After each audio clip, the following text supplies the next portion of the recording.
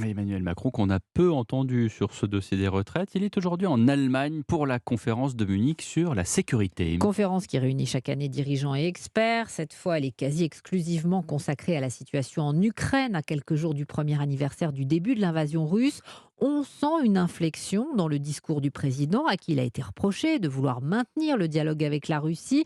William Molinier, aujourd'hui, Emmanuel Macron affiche un soutien sans équivoque vis-à-vis des Ukrainiens et une fermeté absolue vis-à-vis des Russes. Oui, discours sans ambiguïté, pas de compromission et un soutien sans faille aux Ukrainiens. Très clairement, aujourd'hui, l'heure n'est pas au dialogue parce que nous avons une Russie qui a choisi la guerre, qui a choisi d'intensifier la guerre et qui a choisi d'aller jusqu'au crime de guerre et à l'attaque des infrastructures civiles. La Russie ne peut ni ne doit gagner cette guerre et l'agression russe doit échouer. Emmanuel Macron en convient, la guerre risque de durer encore longtemps. Il lance un appel aux Européens, celui de réinvestir massivement dans le secteur de la défense. Si l'Europe veut pouvoir défendre l'Europe, elle doit aussi s'armer.